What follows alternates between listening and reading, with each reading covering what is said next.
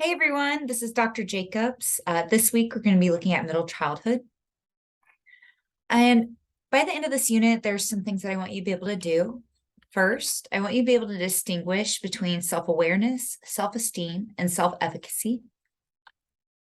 I want you to be able to explain and identify examples of the industry versus inferiority psychosocial stage. I want you to be able to explain what was learned by and why the Bobo doll experiment was revolutionary. I want you to be able to describe and provide examples of the different types of aggression. I want you to be able to provide personal examples of internal locus of control, external locus of control, and learned helplessness. I also want you to be able to distinguish between intelligence tests and achievement tests. I want you to be able to describe how schools typically use intelligence and achievement tests. I want you to be able to identify learning-related disabilities and supply the characteristics of each. I want you to be able to list and describe the different theories of intelligence presented in this unit. I also want you to be able to explain how emotion regulation impacts development and is related to other developmental theories. I want you to be able to summarize what the research says regarding learning styles. And I want you to be able to distinguish between externalizing and internalizing tendencies. All right, so let's get started. Middle childhood ranges from the start of formal schooling up until the start of puberty. And during this phase, we're going to talk a little bit about cognitive development. So now within middle childhood, children typically move into concrete operational stage. This is the third stage of the theory of cognitive development. Who was the theorist for that again? If you said Piaget, you are right. And so during this stage, kiddos use logic to solve problems tied to their own direct experience, but have trouble solving hypothetical problems or considering more abstract problems. And so when we hear the word concrete and concrete operational stage, we think of something that is tangible or touchable or concrete. This is why a lot of times, I don't know if you all use the little wooden bears to learn how to count when you're younger. Some people use blocks, or sometimes they'll bring in M&Ms in schools, but you have a manipulative of some sort that can help you see right in front of you that something is being taken away or added to. And actually, all learners do well with manipulatives or very concrete examples, but the difference is when you're in this cognitive stage of development, you can't learn any other way. You need to be able to have concrete examples with manipulatives and things that are directly in front of you. Abstract reasoning is very, very difficult. During this stage, children are able to decenter. So if you remember from the last unit, in pre-operational thinking, centering was when they focused on one element of something, usually the most striking, which if you have all five senses, that would be typically your visual senses. And so in concrete operations, they're able to decenter and focus on multiple things at one time. This is also because of the developing working memory. So it starts to be able to expand so that kids have more slots in their working memory. They also start to understand reversibility, or that sometimes changes in appearance can be undone. So for example, you can freeze water and it becomes ice, but then you can also melt it so it turns back into water. So we also learned about the information processing theory, and typically when people talk about information processing theory, they use the metaphor of a computer to help us think about how we remember things and process information. So this unit taught us that there's 3 levels of memory. There's our sensory memory, and this is where information comes in through our senses and it's processed if our mind believes that it's important, but there's so much that we don't ever actually process because that would be just too much information to have. Then our working memory is all of the information that you're consciously aware of in this moment. Okay, so you might be able to remember someone's phone number if they gave it to you, but if you stop trying to practice it or trying to remember it or keep it in the forefront of your mind, you might forget it. Then if memories are encoded or stored, they become a part of the long-term memory. And this is where information is stored for long periods of time. So encoding, this is the process of storing information into long-term memory. So if we step back just a little bit, our working memory has information, we encode it, or if we're using the metaphor of the computer, we type it into our computer, we hit save to try to store it into our long-term memory. And our long-term memory could be our hard drive, where we store all of our memories. A rehearsal is practicing information so that you can store it. So sometimes these are strategies that you use to study for exams, or even me, like when I ask you questions in these video lectures, I'm trying to get you to rehearse the information so that you remember it better. I know that I've gotten a couple emails about study strategies this week. And what I would say is that one, like we've been talking about all semester, make sure you use those unit learning objectives that you can do all the things that I want you to do from the beginning. Make sure that you're rehearsing the information, that you're attaching meaning to the information. So, for example, I'm trying to attach meaning to information processing by giving you the metaphor of a computer, right? In other situations, like learning about parenting styles, you should try to apply that to the caregivers that you had growing up. We also talk about executive functioning. This is the ability for planning, focusing, remembering, juggling multiple things. And so our prefrontal cortex, they believe, has a lot to do with our executive functioning. And then there's selective attention. This is ability to enhance relevant signals and manage distractions. So I don't know if you've ever been in a situation where you're in a really busy room with lots of noise, but if you're able to focus on the one person that's in front of you having conversation with, and you're able to kind of push out all the other distractions, that's selective attention. And so we're going to have a memory activity. So what I'm going to do is I'm going to pause this video for a minute, and we are going to do an activity.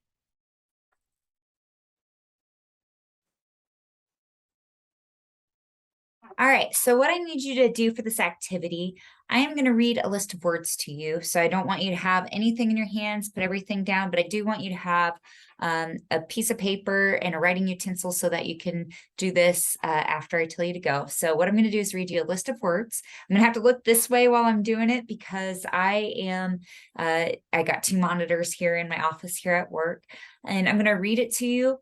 And then when I say go, I want you to write down as many of the words from the list that you can remember. You can put them in any order. The order doesn't matter at all. And then we'll come back together, okay? So what you'll do is after you hear me read the list, you can pause the video, write down as many as you can. Don't cheat, because that'll ruin it. And then we'll come back together, but you got to make sure you pause it so that you get the full effect. All right, are you ready? You have everything down? You're prepared? You got your paper and your writing utensil? All right, so here we go. I'm going to read you this list now. Bed, rest, awake, tired, dream, wake, snooze, blanket, doze, slumber, snore, nap, peace, yawn, drowsy. Go ahead.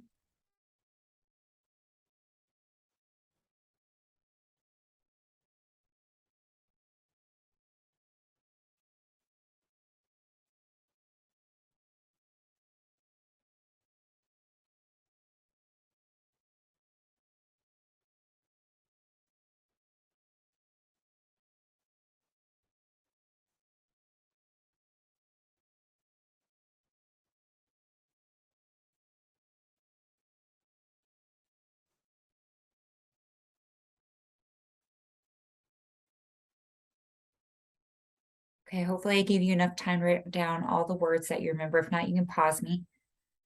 All right. So now I'm going to ask some questions. If you're not done with writing your list, make sure you do pause me so it doesn't ruin the activity for you. All right, so here we go with some of the questions then.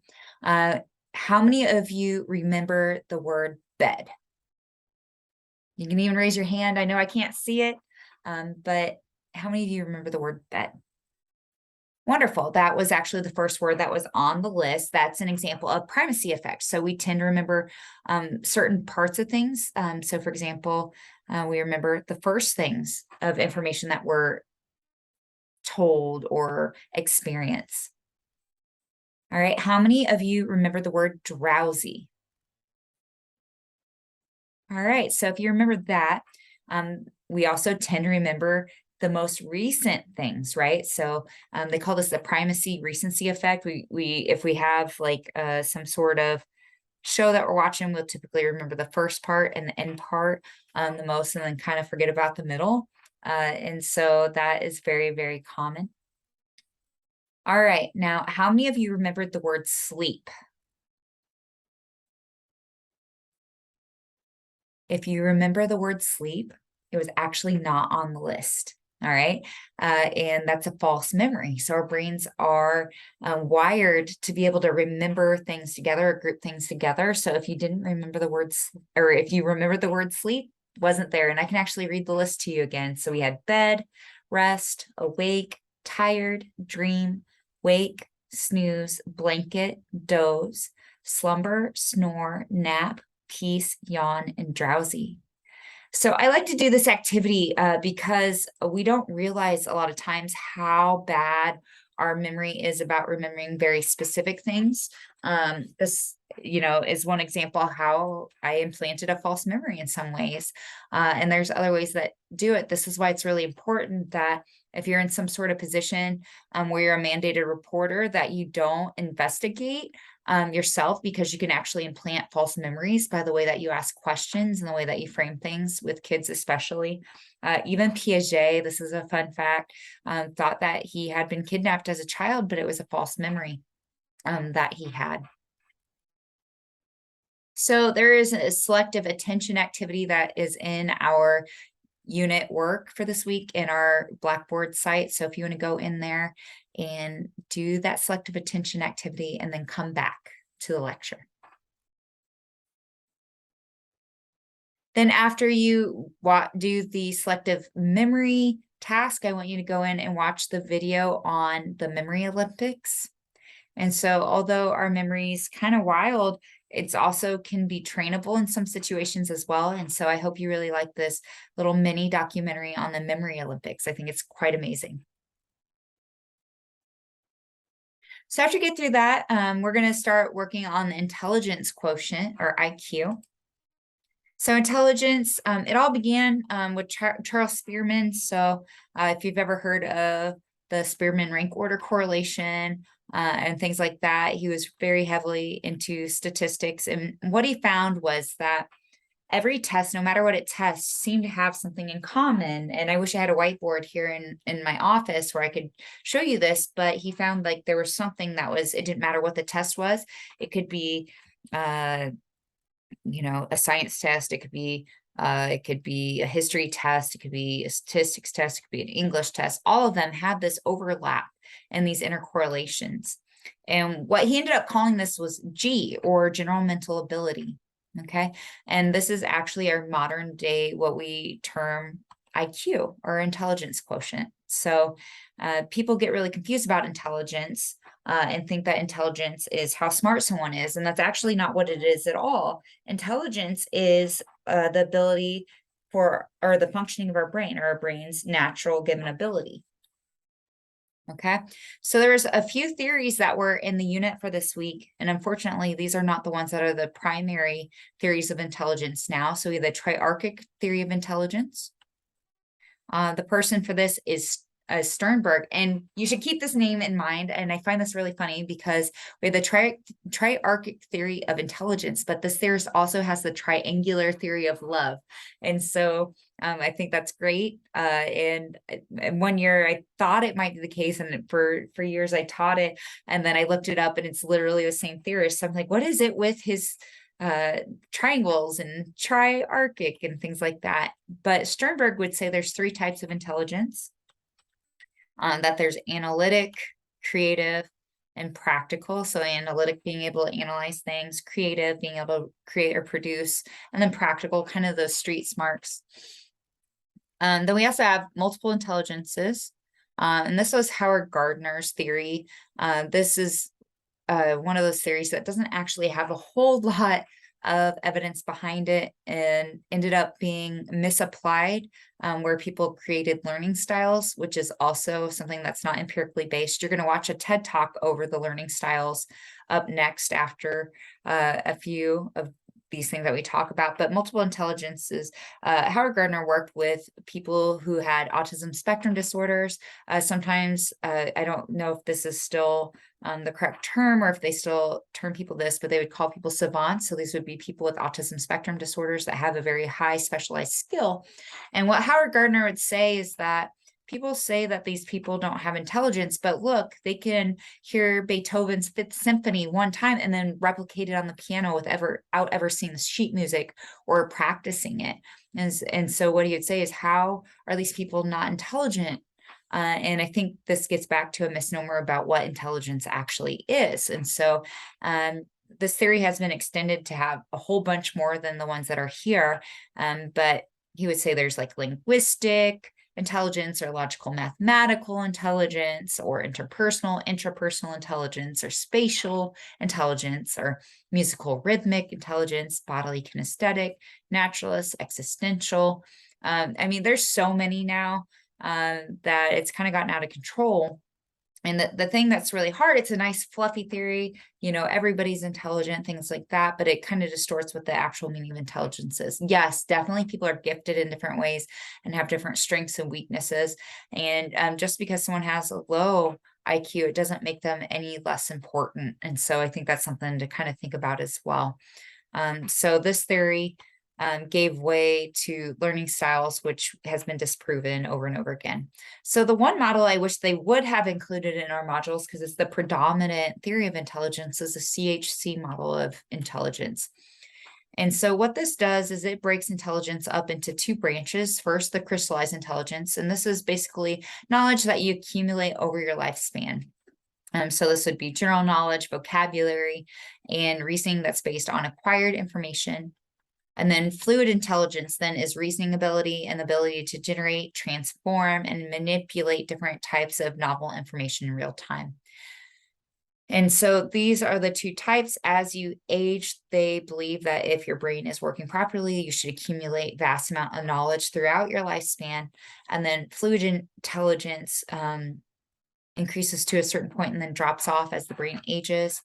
So things that they would do to test this is they would do some sort of intelligence test. And so intelligence, they typically use an individual intelligence test that will measure about how much IQ.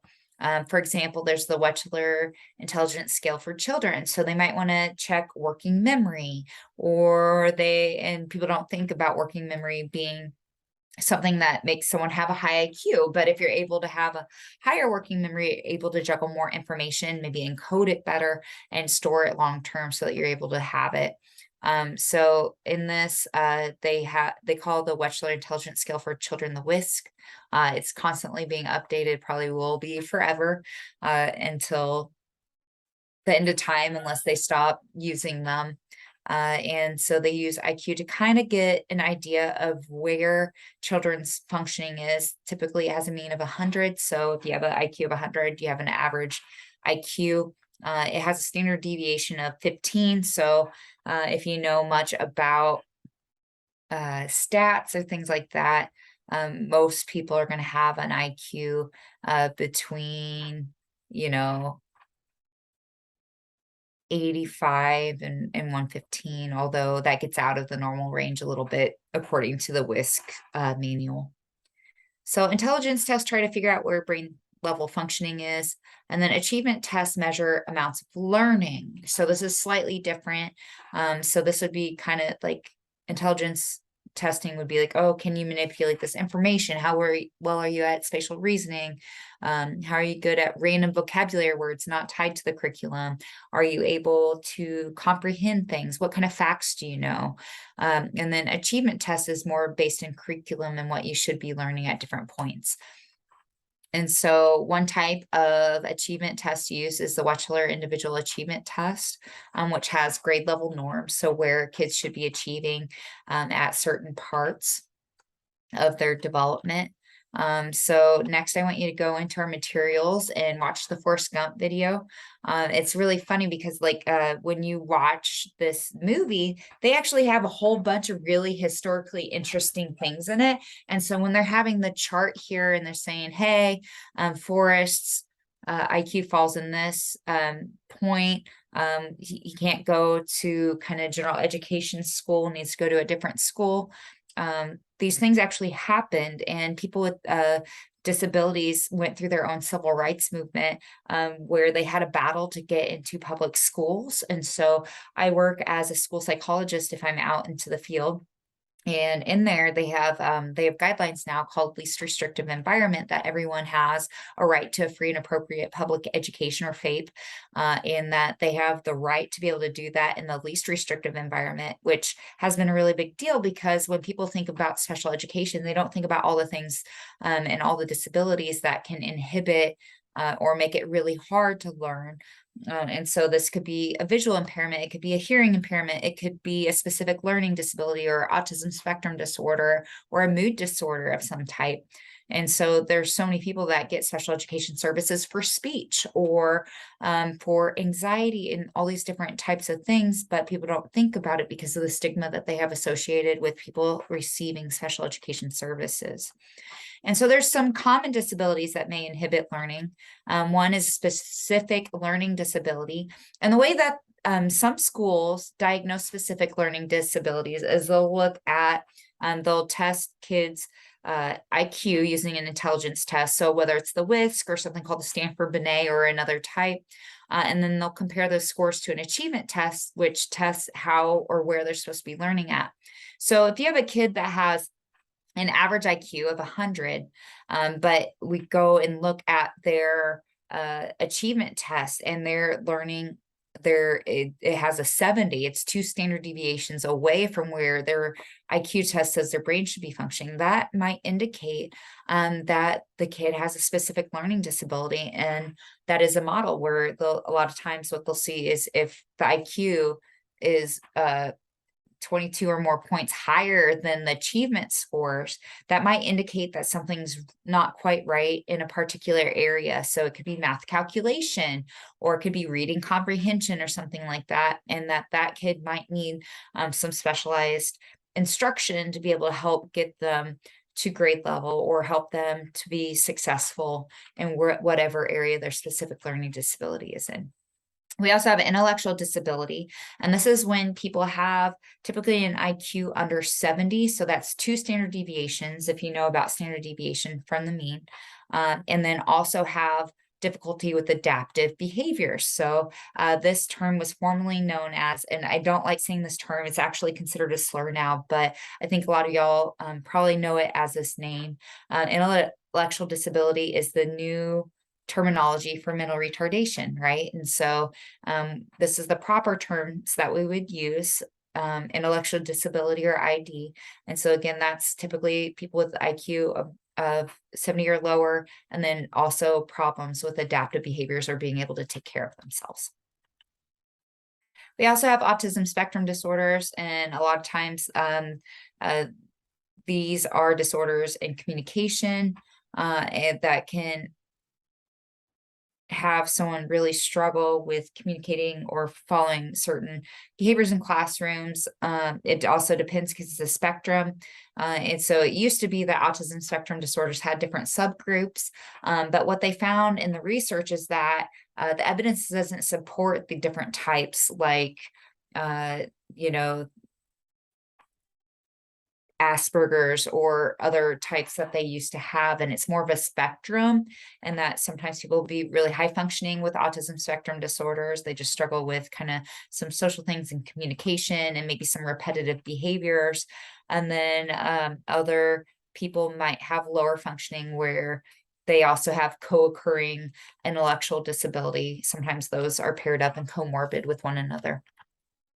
And we also have dyslexia. So people with dyslexia might struggle with inverting letters or numbers, or they might have a struggle from reading left to right, not because of a language. So some languages don't read left to right like people do with English, but this is more a disorder because of some problems with processing. Then we also have attention deficit hyperactivity disorder, or ADHD. So some people get really confused about this disorder and want to say, oh, I don't have ADHD, I have ADD. Well, I hate to tell it to you. Actually, I kind of like telling people this. ADD is actually a former name of ADHD, so there's not a difference. And so usually when I tell people that information, they're like, well, I'm not hyperactive. And when you look actually at the name of this disorder, you see attention deficit, so trouble with focusing, and then you have a slash hyperactivity disorder. So it's saying you can have one of these difficulty focusing or difficulty with hyperactivity, or you can have a combination of symptoms across all of them. ADHD has had a ton of different names. Another name for it a long time ago was minimal brain dysfunction, which I think is pretty wild name for a disorder.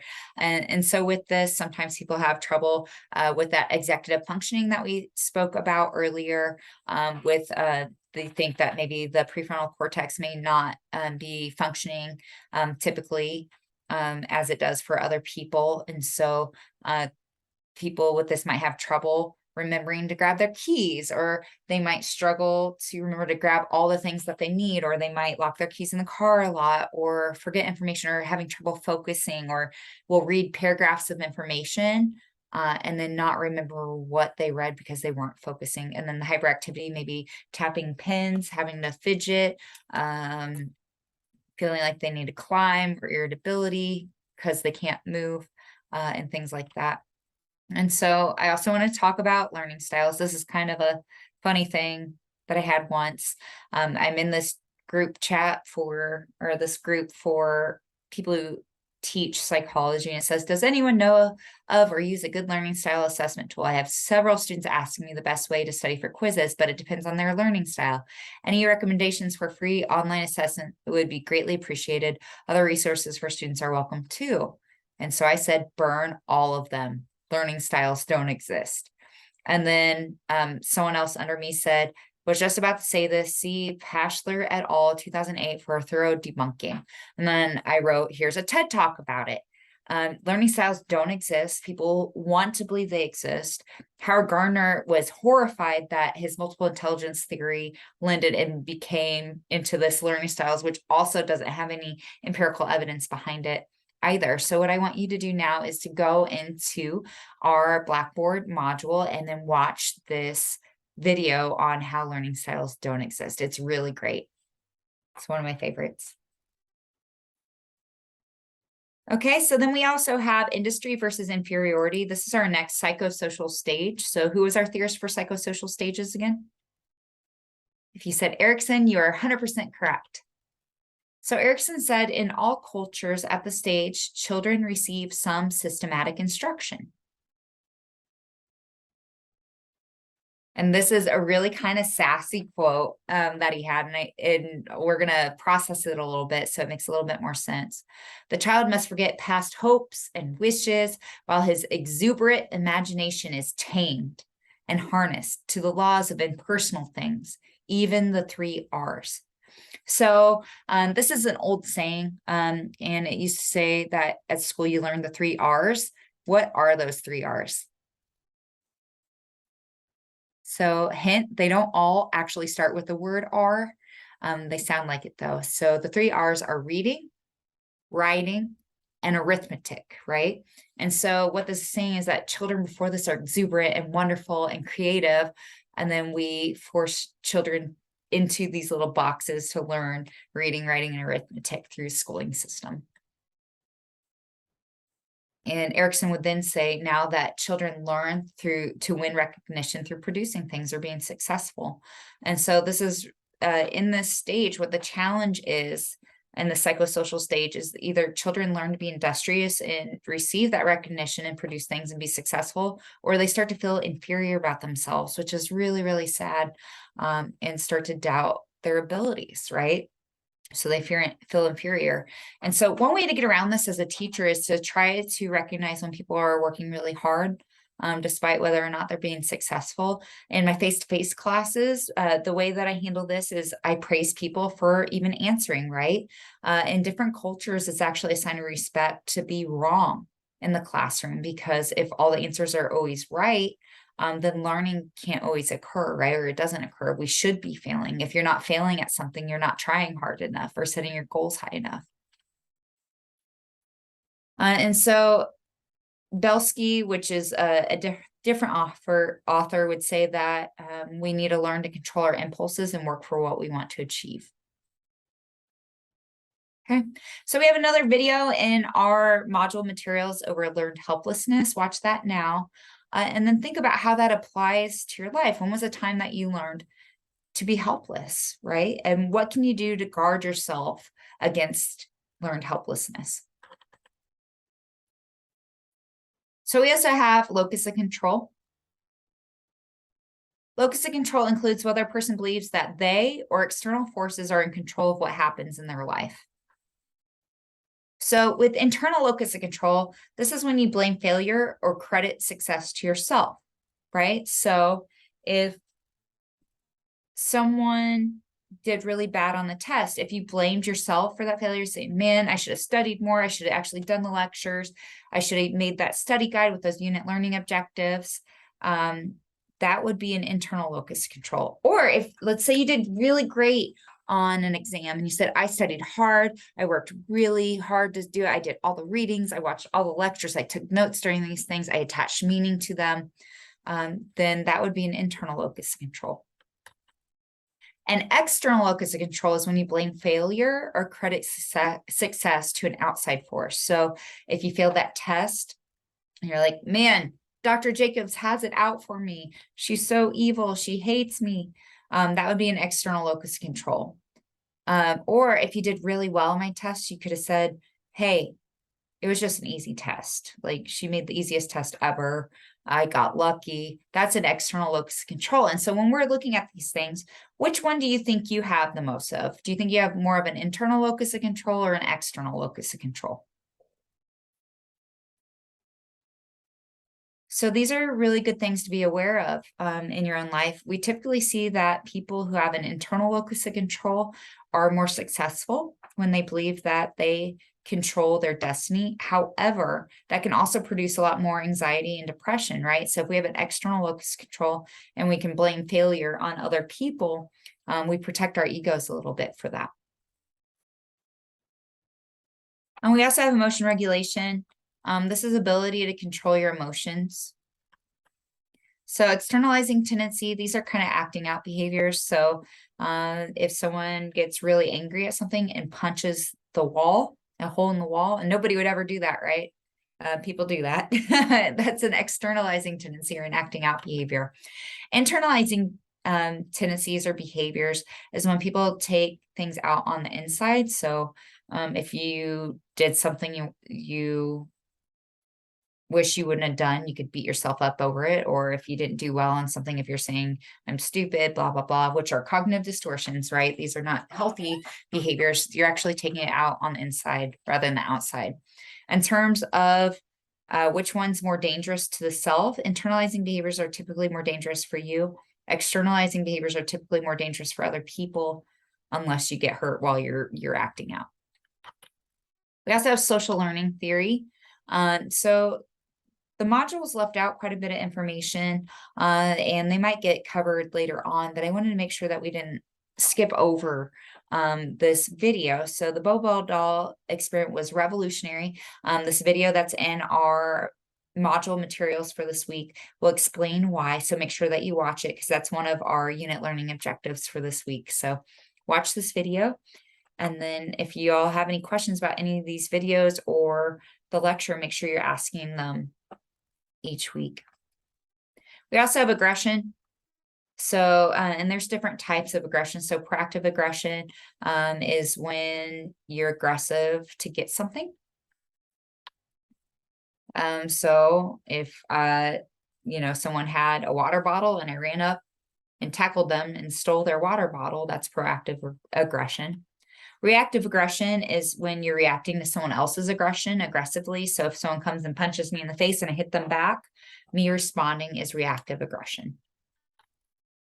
Relational aggression, this is hurting people's social relationships for whatever reason. So if you've seen Mean Girls, that I don't know if people still watch that movie or not, but Mean Girls, where they would spread rumors about somebody for whatever reason, that's relational aggression.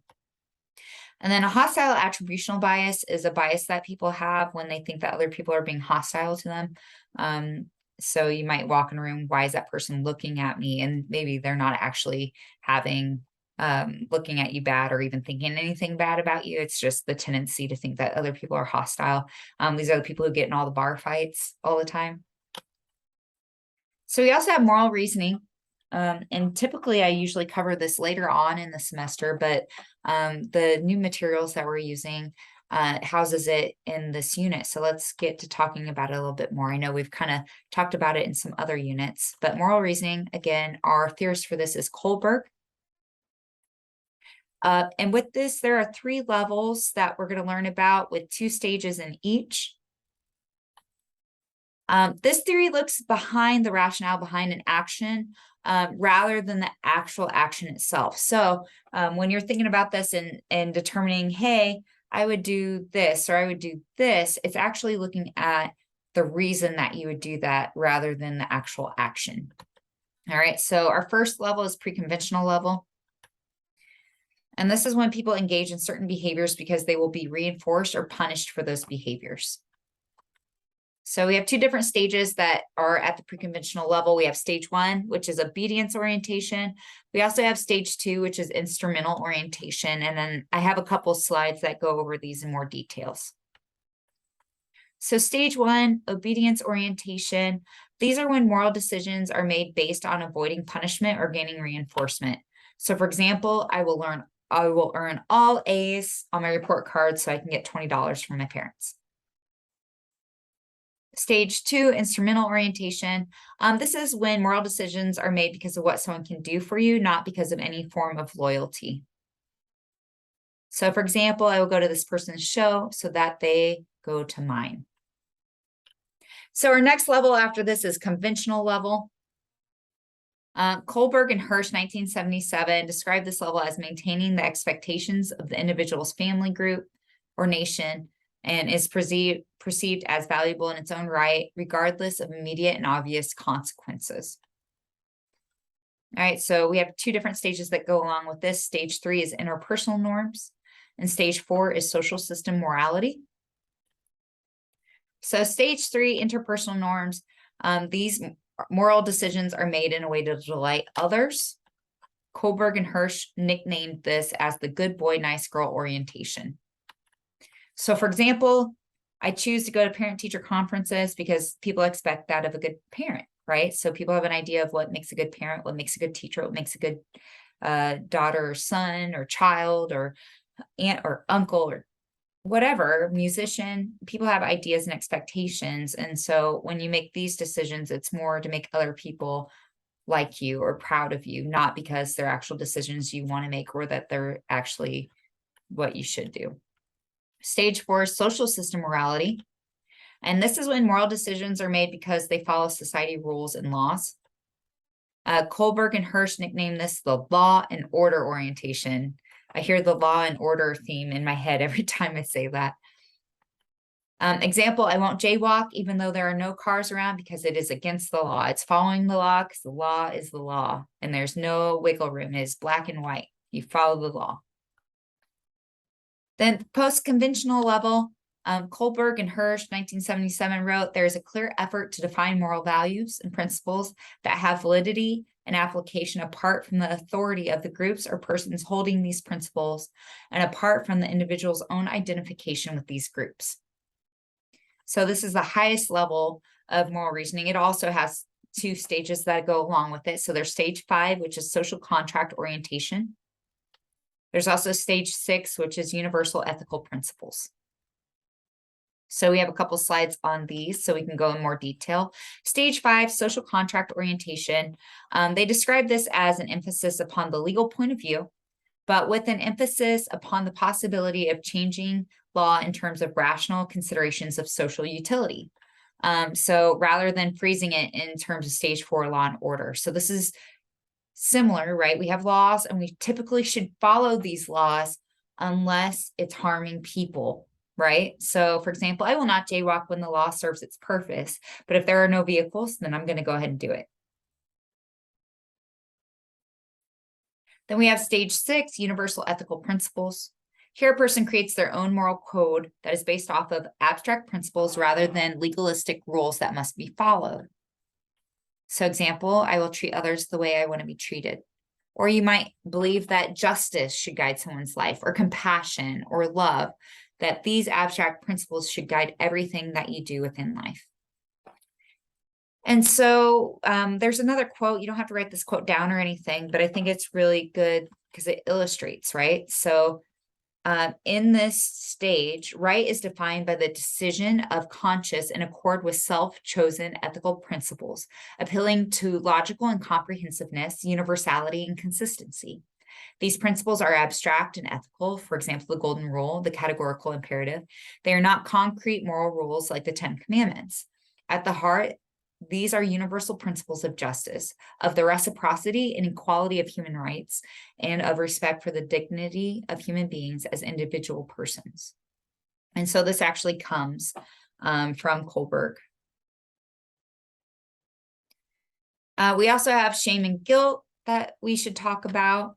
Shame is when there's external shaming, right? While when we feel so shamed, like is stuff that people put on you. So for example, sometimes we'll see really famous people express how ashamed they are of themselves, that they got caught, usually is what it is. But this is when society has an influence on what the person's behaviors or things like that. However, guilt is different and is very internal. So if you feel guilty about something, you believe that it's something that you've done wrong or that you shouldn't have done. And that comes from the inside or your internal self.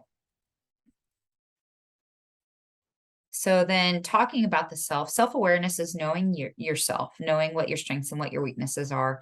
Many people are not self-aware and not aware of the things that they do. So for example, if you have a depressive disorder, you might be self-aware enough to know that when you stop doing your laundry and stop taking showers, either you are in the middle of a depressive episode or you're getting ready to go into one, right? Or you might be very self-aware that if you don't get your work done on Monday, then you're going to not do it at all, right? So there's certain things that people are self-aware of their strengths and weaknesses.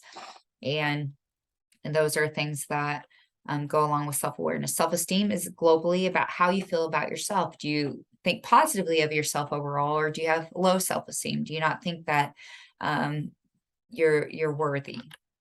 Self-efficacy is then your confidence in your ability to complete a particular task successfully. So you might have high self-efficacy to drive a car, right? Or you might have high self-efficacy to run the mile, or you might have low self-efficacy that you could run the mile. And so that's what we got for this week. So I hope you enjoyed the lecture.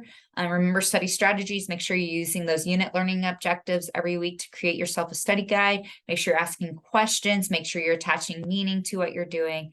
And let me know if you've got any questions about the material this week.